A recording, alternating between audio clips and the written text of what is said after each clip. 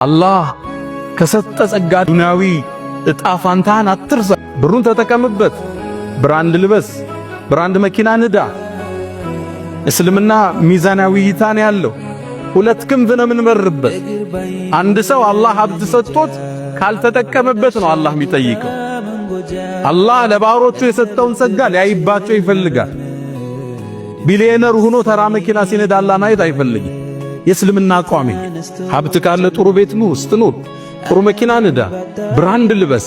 ግን ወላ ትንሳ ነሲበከ ሚነ ዱንያ እንዳለ ሁሉ አላህ መልካም እንደዋለልህ አንተም መልካም ነዋል።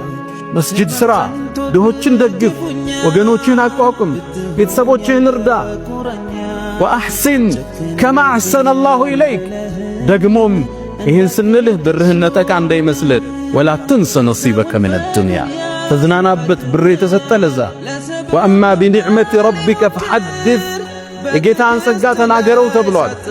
ይታይብህ፣ ሰጭ መሆኑ አላህ ይታይ። በሠራኸው ፎቅ በምትኖርበት ቢላ ግን ደግሞ አካፍለህ እደር።